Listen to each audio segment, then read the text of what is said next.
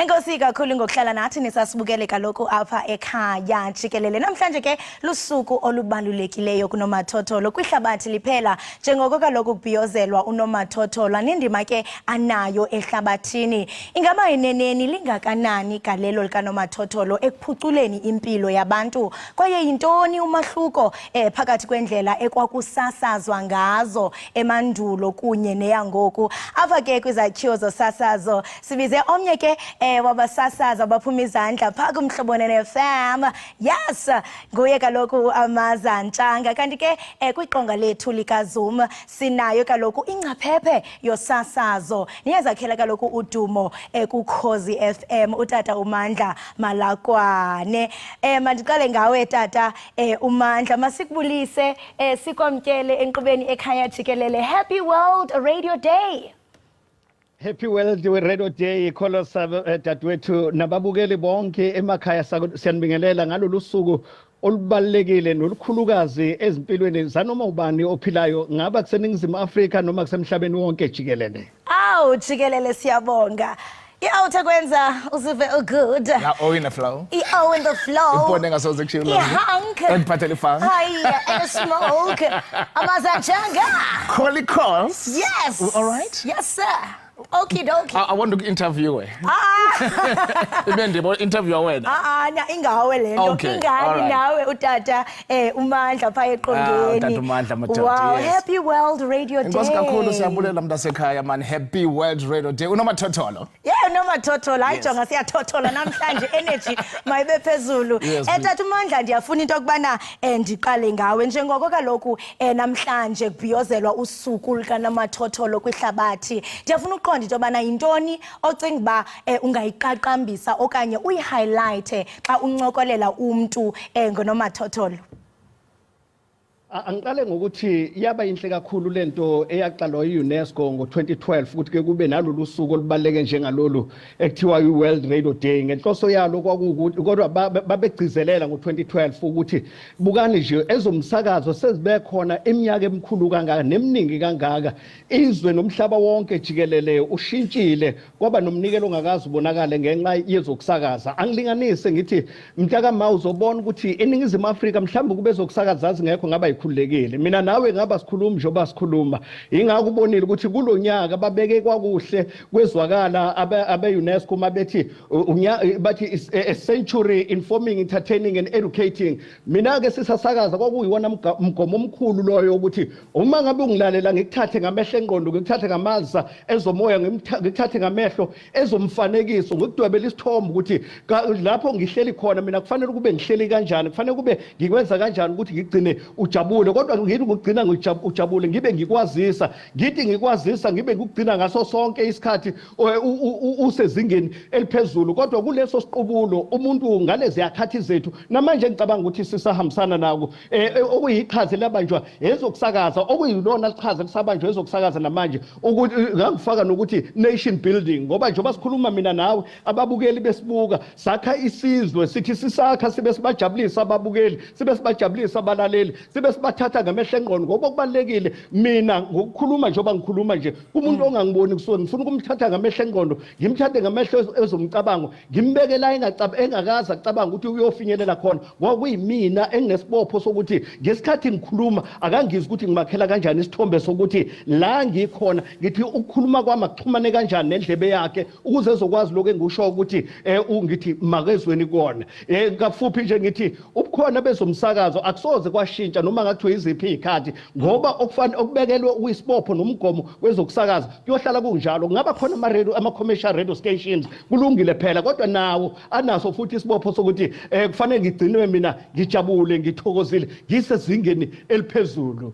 Ngicabanga ukuthi ngingayibeka kanjalo kwamanje mntakama. Hey, noba singavele sivale i-World i-Radio Day namhlanje uyiqole wayiqongqotha and uthetha into obaluleke kakhulu apha wena mazimazi. Uyathi into yobana ubana unomathotholo ukunikeza umfanekiso ngqondweni. Ndithe xa ungena apha ndathi sicela umfanekiso ngqondweni because asiniboni phayana thina siyeva kodwa ke ngesandi nangendlela enithetha ngayo nithatha nisibeke kwindawo ngendawo kumakhaya ngamakhaya. Ndiyafuna uqonda kuwe mazimizi because kudala ukwithotholo usasazela unuqhuba lo mcimbi inyawo zinodaka mfondini.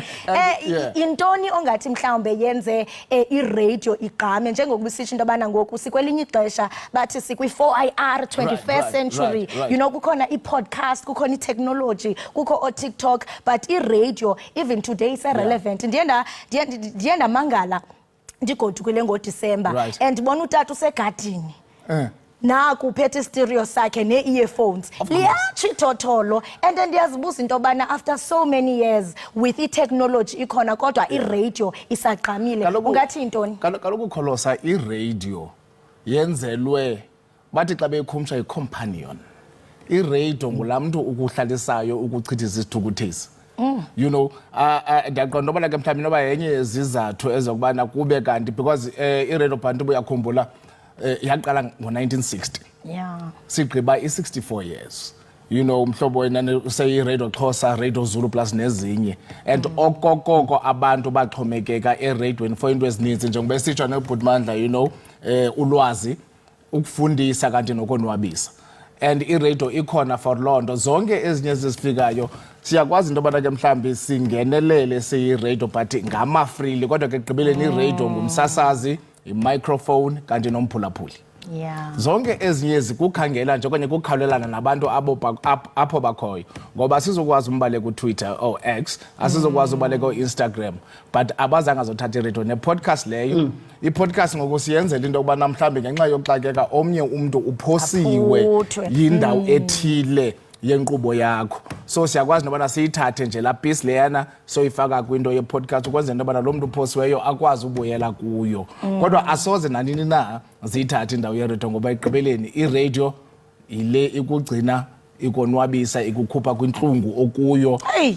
Ewe kaloku abantu baza kuthi benentlungu ngenye ixesha umntu uzedakumbile uza ehluthwa yiloo nto imhluphayo abe exhomekeke kumsasazi into yobana msasazi ndiyacela mani kwezi yure zimbini zintathu usemoyeni khanikhuphe kule nto ndikuyo khawundonwabise. Ngubomi nguwindlela nguyinyaniso izandla zami ndizithwala ndiza kuwe Amaza. And ndiyambona uBhutmandla yazi once ube ngumsasazi akwazi uyibaleka laa nto ngoba into yobusasazi ayonto nje uvele uvuke ngenye imini usithi ndifuna uba ngumsasazi yinto kuwe ngaphakathi iqala kuthando lwalo muntu umsasazelayo.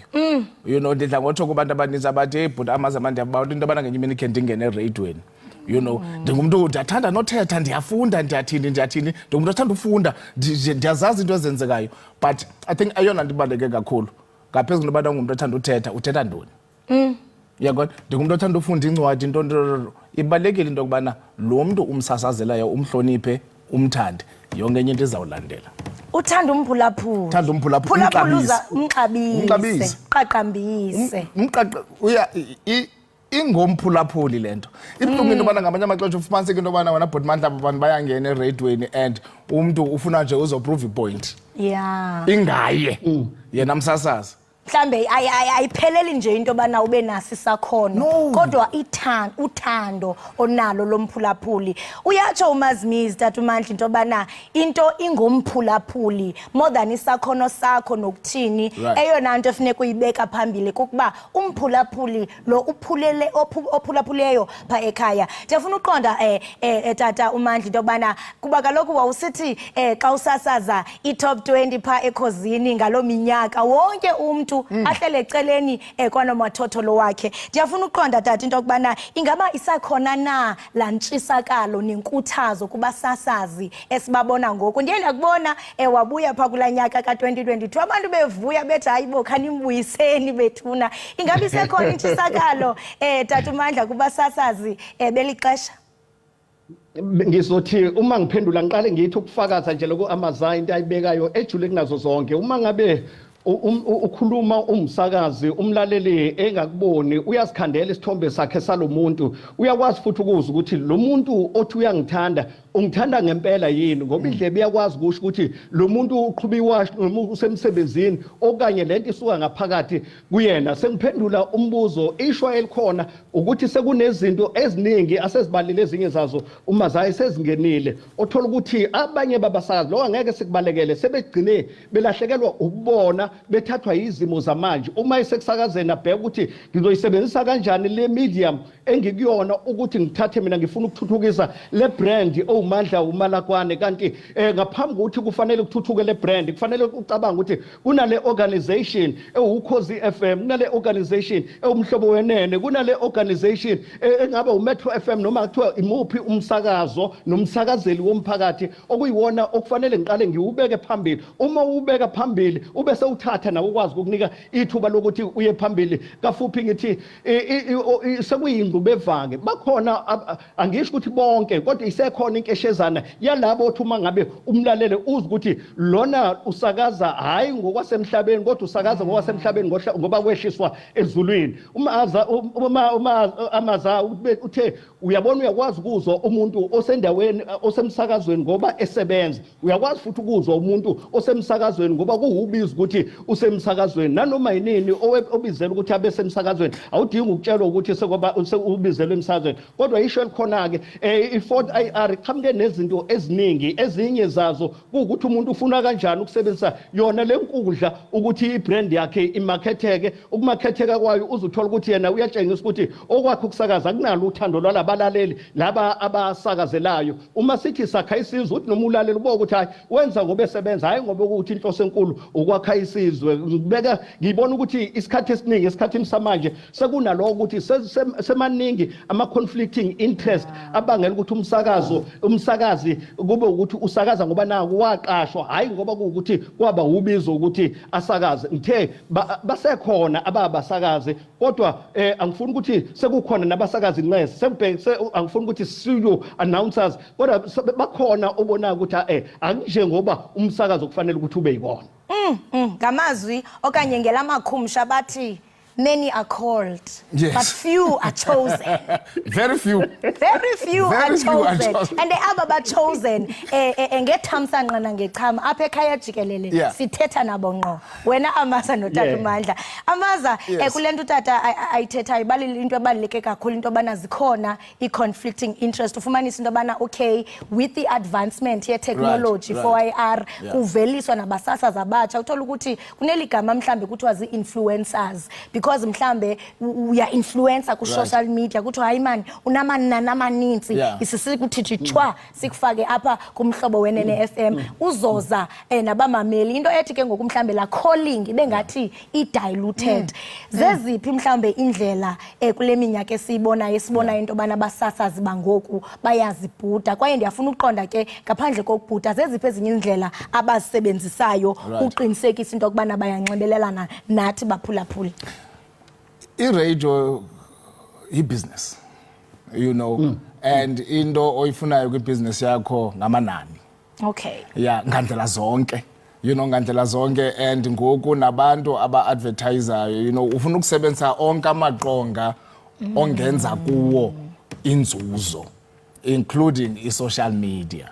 So awusakwazi ngoku uhlala nje uthi uzawubambelela ndizama cinga mhlawumbi inobana ezinye zezizathu zokubana ubona abantu abazi-influencers nabane-numbers kwi-social media besiziswa kwi-radio into yobana ke mhlawumbi bayazi into yobana ii-clients ngoku asa-advertise only emoyeni mhlawumbi zizawufuna nala following yakho kholos into yobana masiyisebenzise. So ngoku ek-advertise okanye ekuthengiseni nje emoyeni baphinde bathengise nakwiqonga lakho. So I think mhlambi that's the business side of things kwi-radio, but ke ngoku kuzofuneka into yobana simthathe singaqinisekanga ngaye kusasazo.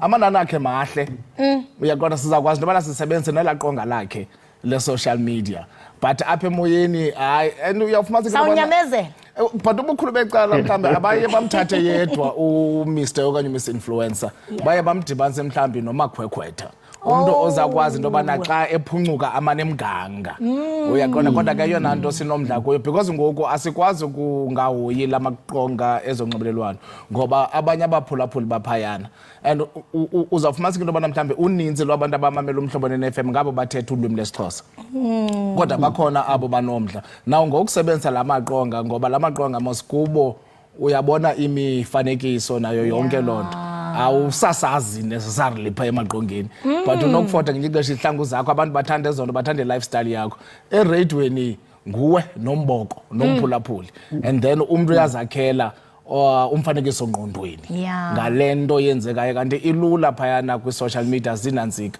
zii-pictures so aba bantu bangangakulandeli eradweni because abayiboni yonke le nto ithengisayo kanti kulula phayana because ikhona imifanekiso yokubana bakwazi ubukela ke oko kutya okuphekileyo uyaqonda so ayikho nzima kakhulu into yokufumana amanani kumaqonga ezonxibelelwano njengaseradweni eradweni ufuneka umuntu uzame into yobana mawungene kuye engqondweni through indlebe uhambe uyohlala andikuboni but ndikonwaya kamandi endlebeni ayonwaya ke iyebhadi hayi uyonwaya kaloku litsho kamandi iyebhadi uyabona kanti phayana kumaqonga ezonxibelelwano ngamehlo nje torhwana kulula ukutya kwamehlo but ke ngoku asikwazi into yobana siyivalele ngaphandle but sijonga indlela zokubana mhlawumbi singasebenzisana njani now uyakwazi uthatha mhlawumbi loo nto uyiqhubayo emoyeni enkqubeni yakho uyithumele naphana kumakhasi so that unxibelelwano lube banzi uyabona iba buhlungu nje wena colossal but mandla msho nawe mhlawumbi ukhe wayiqaphela le nto iba buhlungu kakhulu ke ngoku xa umsasazi ezawuthatha i-content kumakhasi ayizisemoyeni iba buhlungu kakhulu ke ngoku ikhona iimeko ezinjalo bayithathe i-content umuntu ahamba ayobukela uTwitter phakathi othi hey kuTwitter kuthethwa ngale nto ayithathe laa nto ayizise eshowini yakhe and ufumaniseke into yobana hayi sekunzima ke into yobana masicinge ngokubanzi kuba uthatha nje zizimvo zangaphandle uzizise eshowini yakho kanti ibimele uba sithi abaqhuba i-content exactly for i-social media nibe zii-trendsetters kuthiwa siyive kuKhozi FM siyive kuMhlobo weNene siyiradio ekugqibeleni siyiradio ekugqibeleni ibimele uba sithi abantu abahlahla indlela bayikhombe indlela esizayithatha ubheka phambili so ke but ke uzawuthini if uzawuthatha uqesha abantu be-social media setsho zizinto ofuneka uzilindele ezo into yobana ngabantu be-social media kule platform yeradio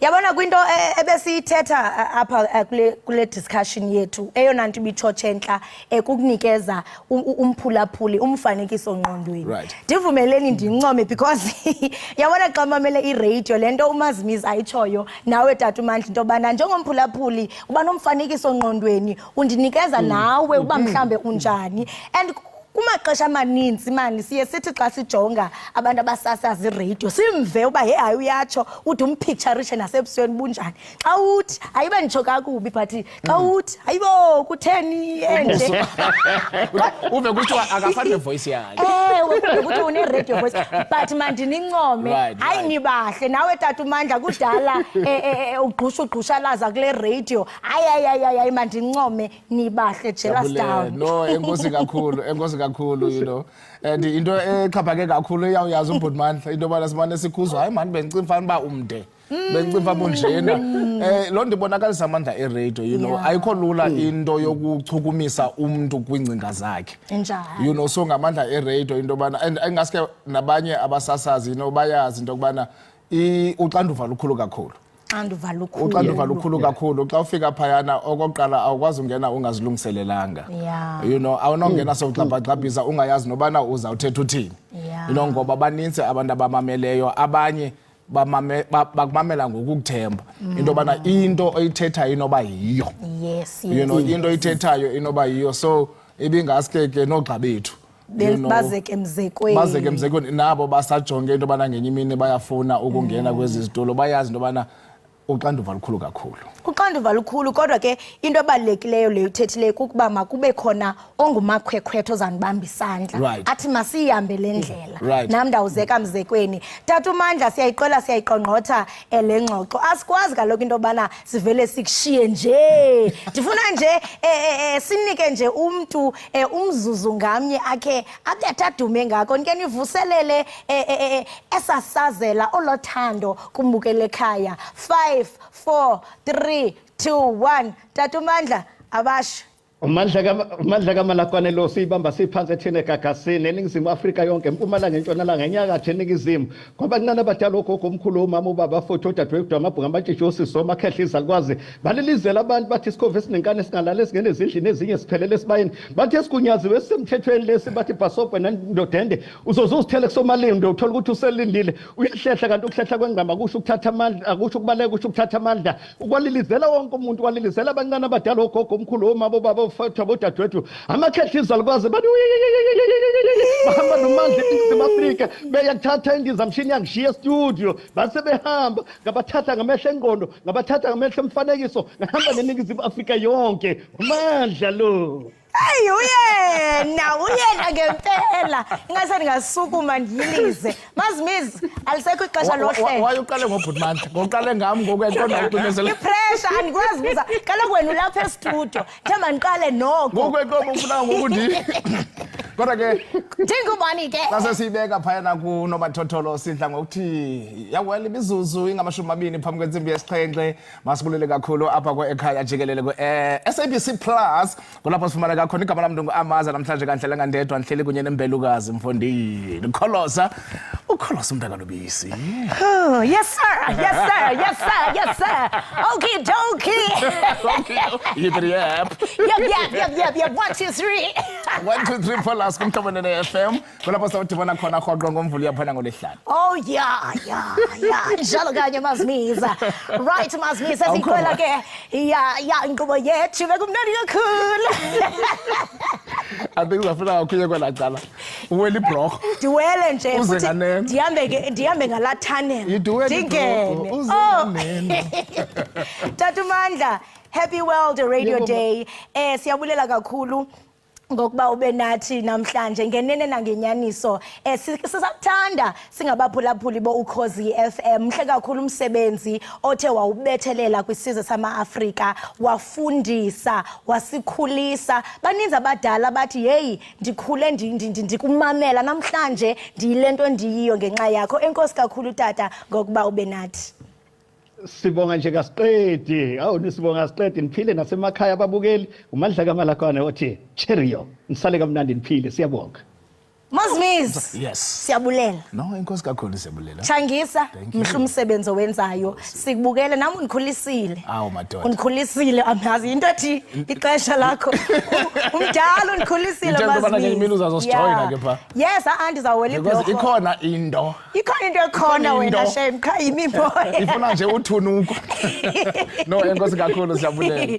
Right imbukeliwe ekhaya jikelele ke abo ke besetha nayo siqale ngayi kaloku Amaza Ntshanga naye kaloku Tata Mandla Malokwane besincokola nabo ke malunga nokubhiyozelwa kukanomathotholo kwihlabathi iWorld Radio Day. Happy World Radio Day kuba wonke kaloku abasasazi siyanithanda. Mbukeli masiqhwi sibhatala amatyala qiniseka awugungqi awugqushalazi awujiji elo qhosha uhleli nathi apha ekhaya jikelele.